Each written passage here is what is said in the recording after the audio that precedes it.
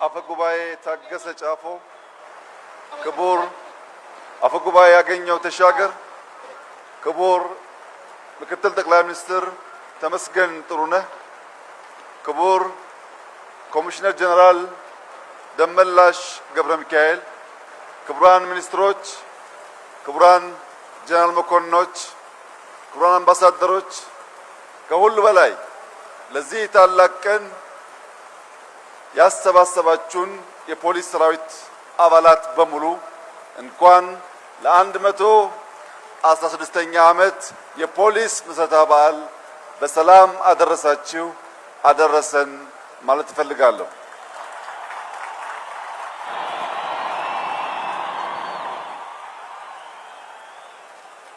የፌዴራል ፖሊስ ዘመናዊ ወታደር መሆኑን ለማረጋገጥ ከሰማይ የቀረበልን ዝናብ በዝናብ እንደማንበገር፣ በፀሐይ እንደማንበገር፣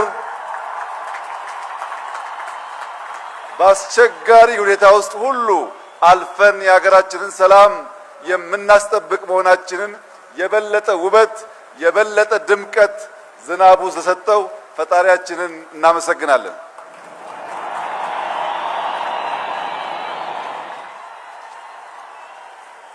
እጅግ የተከበራችሁ የፖሊስ ሰራዊት አባላት በሙሉ 116 ዓመት ማለት ለተቋም ቀላል ትርጉም የሚሰጠው አይደለም። የዛሬ 100 ዓመት ዛሬ ባንዲራ ያላቸው ስም ያላቸው ሀገራት ብዙዎቹ እንደ ሀገር መጠሪያ አልነበራቸውም። ይህንን ያክል ዓመት መቆየት የራስ የሆነ ጠቀሜታ ያለው ቢሆንም ቀጣይነት ያለው ሪፎርም ቀጣይነት ያለው ስራ ዘመን የሚዋጅ አቅም መገንባት ካልቻልን ግን ቁጥር ብቻውን በቂ ሊሆን አይችልም።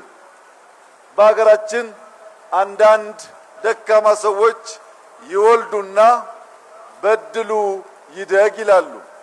ተቋም በድሉ አያድግም። ተቋም በስራ ነው የሚያድገው። ተቋም በስልጠና ተቋም በቴክኖሎጂ ነው የሚያድገው።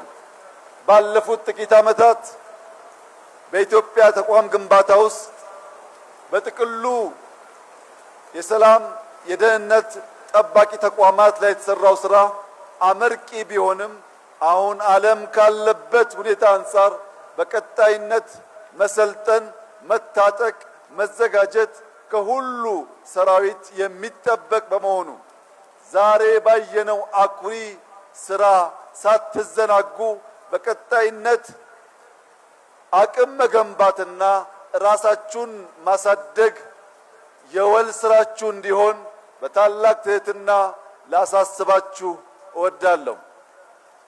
እጅግ የተከበራችሁ የፖሊስ ሰራዊት አባላት ከናንተ የምንጠብቀው የኢትዮጵያን ብሔራዊ ጥቅም፣ የኢትዮጵያን ሰላም፣ የኢትዮጵያን አንድነት በቀጣይነት የማረጋገጥ ስራ ነው። እኛ 130 ሚሊዮን ገደማ የምንቆጠር ህዝቦች ነን። አንድ መሆን ከቻል የግዛት አንድነት እና ብልጽግናን ማረጋገጥ እንችላለን። የጠላቶቻችን ፍላጎት እኛን መበተንና መለየት ነው። የኛ ዓላማ መሆን ያለበት ብሔራዊ ፍላጎቶቻችንን አንጥረን ማወቅ፣ ሰላማችንን መጠበቅ፣ ተባብረን መትጋት፣ ከወንድም ጎረቤት ህዝቦች ጋር በጋራ መስራት ሲሆን ከዚያ የሚያልፍ ነገር ደግሞ ካለ እንደ አባቶቻችን በአርበኝነት ስሜት የኢትዮጵያን አንድነትና ብሔራዊ ጥቅም ማስከበር የሁል ጊዜ ስራችን መሆኑን እንድታስታውሱ አደራ ማለት እፈልጋለሁ። ኢትዮጵያ ለዘላለም በልጆቿ ጥረት ታፍራና ተከብራ ትኖራለች። አንድነቷ ይጠበቃል፣ ሰላሟ ይጠበቃል፣ ብልጽግናዋ ይረጋገጣል። የኢትዮጵያን ሰላም አንድነት የማይሹ በተለመደው መንገድ በክንዳችን ይፈርሳሉ። እኛ ጸንተን እንኖራለን። አመሰግናለሁ።